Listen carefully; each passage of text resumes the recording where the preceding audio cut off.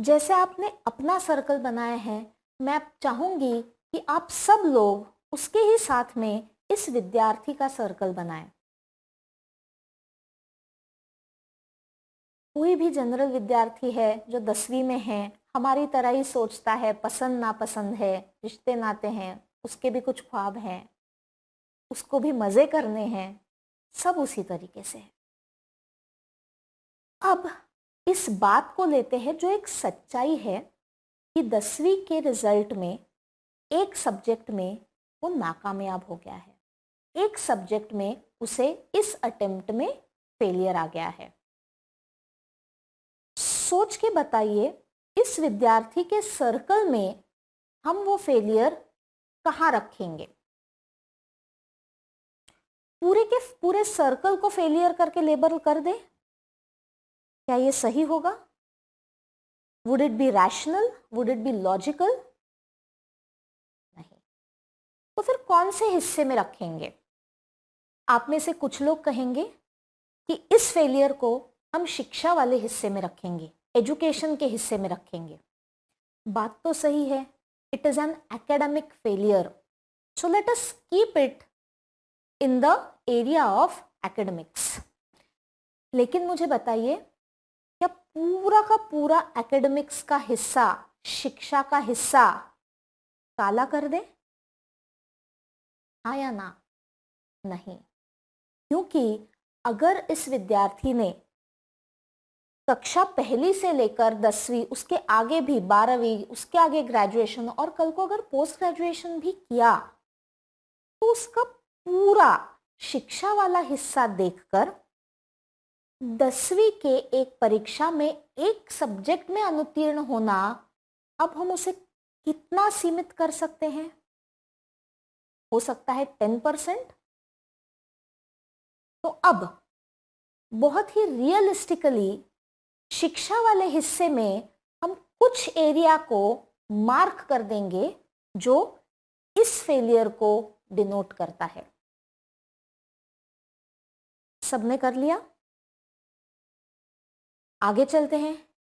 और कौन सी चीजें हैं और कौन से हिस्से हैं इसके लाइफ के जो इस अनुत्तीर्णता के साथ अफेक्ट हुए हैं, जिस पर इसका इम्पैक्ट आया है? अपना अपना सर्कल देखिए और बताइए। कुछ लोग कहेंगे रिलेशनशिप्स। हाँ, कुछ मेरे कर्तव्य होते हैं मेरी माता पिता की ओर कि उन्होंने मुझे हमेशा सपोर्ट किया, अच्छी स्कूल में मेरा दाखला किया, मेरा खाने पीने का ख्याल रखते हैं, जो मुझे अच्छा लगता है, पसंद नापसंद वो देखते हैं, मेरी सारी ज़रूरतें पूरी करते हैं। जाहिर सी बात है, मुझे ये लग सकता है कि उनकी जो इच्छाएं हैं मेरी तरफ से वो मैं भी पूरी करूं। तो कहीं ना कहीं रिश्तों में तनाव आ चुका है। लेकिन क्या मैं अपना पूरा रिलेशनशिप का हिस्सा काला कर दूं? फिर वही बात, अगर मेरा 70 साल का जीवन है और उसमें मेरे 10 रिश्तेदार है या 50 दोस्त है, कितना हिस्सा है जो इम्पैक्ट हुआ है और वो जिंदगी भर के लिए इम्पैक्ट हुआ है, या तब तक इम्पैक्ट हुआ है जब तक मैं खुद में बदलाव नहीं लाती हूं और इस पड़ाव को पार नहीं करती हूं। अपने अपने हिसाब से सोचिए और आपको जितना परसेंट लगे उतना रिश्तों के हिस्सों में मार्क कर लीजिए। और किन किन चीजों में फर्क पड़ा? भावनाओं में फर्क पड़ा। जी, अगर पास हो जाती तो शायद मेरी भावनाएं बहुत अलग होती और एक सब्जेक्ट के फेलियर से मुझ में अलग भावनाएं आई होंगी। पूरे जीवन के भावनाओं का हिस्सा काट दे या अभी के लिए इस सिचुएशन से रिलेटेड मैं अपने आप को कुछ मार्किंग दूं? कर लेते हैं। अब आप ही सोचिए, आगे 2 मिनट में आप उन सब हिस्सों में उतना मार्क करिए जितना सच है और जितना रेलेवेंट है इस विद्यार्थी के आज के स्थिति के लिए। अगर आप सबका मार्किंग हो गया हो तो अभी आगे चलते हैं और एक बहुत ही अच्छी बात हम नए सिरे से सीखते हैं। अगर आपने सबने अपनी अपनी मार्किंग देखी तो बताइए कि पूरे सर्कल में से कितने प्रतिशत हिस्सा है जिसे हमने अलग रंग से मार्क किया है। कुछ लोग बोलेंगे 5% है, कुछ बोलेंगे 10% है, लेकिन आप में से कोई भी नहीं होगा जो बोलेगा 100% मैं खराब हूं या 100% मेरा जीवन खराब हो गया है। बात समझ में आ रही है?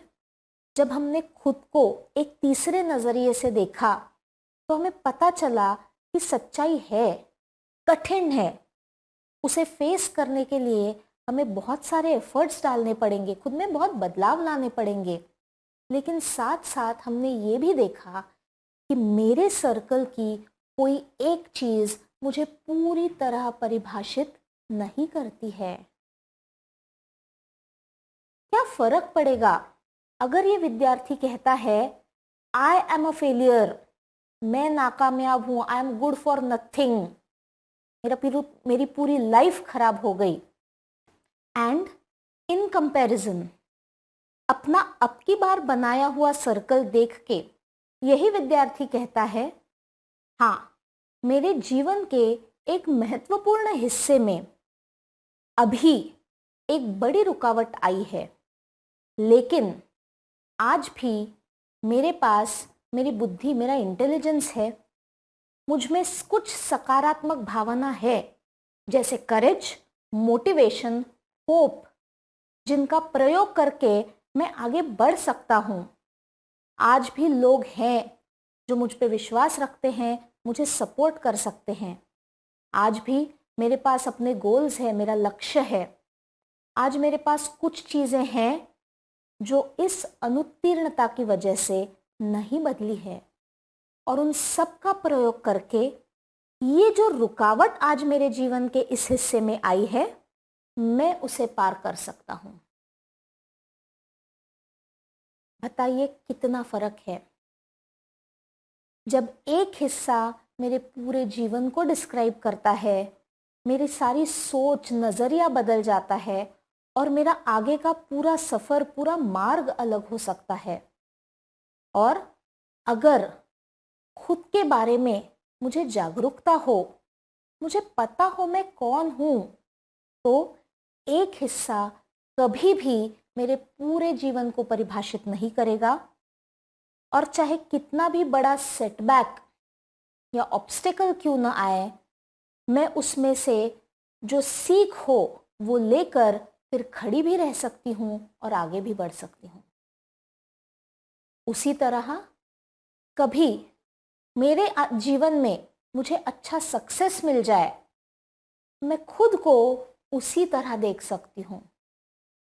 इंस्टेड ऑफ सेइंग मैं कितनी ग्रेट हूं, मैं यही कहूंगी कि हाँ, इस हिस्से में आज मैं काफी अच्छा काम कर रही हूं, मुझे आगे भी वो करना है, और बाकी हिस्से जिनमें उतनी अच्छी प्रोग्रेस नहीं है उनको और अच्छाई की तरफ बढ़ाना है।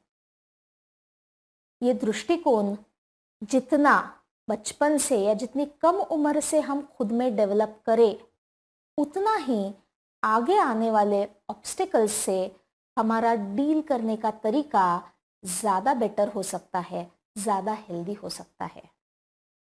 सो ये एक तरीका हमने देखा कि अगर मैं स्वयं को अच्छी तरीके से पहचानूं, राह में आई हुई कोई भी रुकावट हो या चाहे कोई अनुभव हो, अच्छा बुरा, कोई नई व्यक्ति हो, मैं सबके साथ एक बैलेंस्ड पद्धति से पेश आ सकती हूँ, जो कि मेरा सफलता के सफर में एक बहुत बड़ा प्रयास है।